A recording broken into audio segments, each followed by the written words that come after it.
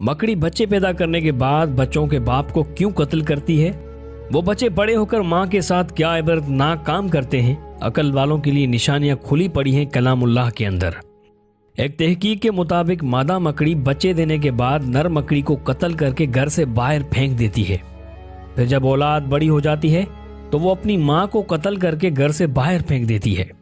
कितना अजीबो गरीब घराना और यकीनन बदतरीन घराना है। कुरान मजीद की एक सूरा है अनकबूत। अनकबूत को उर्दू में मकड़ी कहा जाता है। कुरान मजीद में अल्लाह रब्बुल इज़्ज़त ने फरमाया है कि सबसे कमजोर घर मकड़ी का है।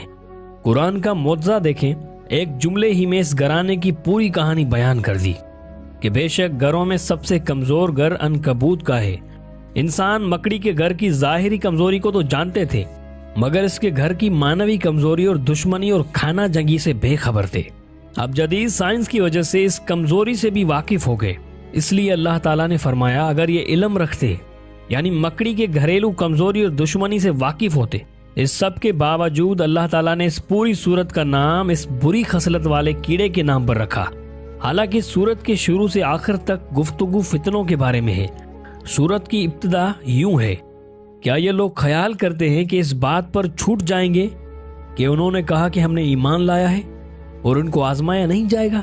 और फरमाया, लोगों में से कुछ ऐसे हैं जो कहते हैं कि हमने ईमान लाया है, मगर जब इनको अल्लाह की राह में अजियत दी जाती है तो लोगों की आजमाइश को अल्लाह के अजाब की तरह समझते हैं। जहन में ये सवाल आता है कि मकड़ी का फितनों और आजमाइशों से क्या ताल्लुक है?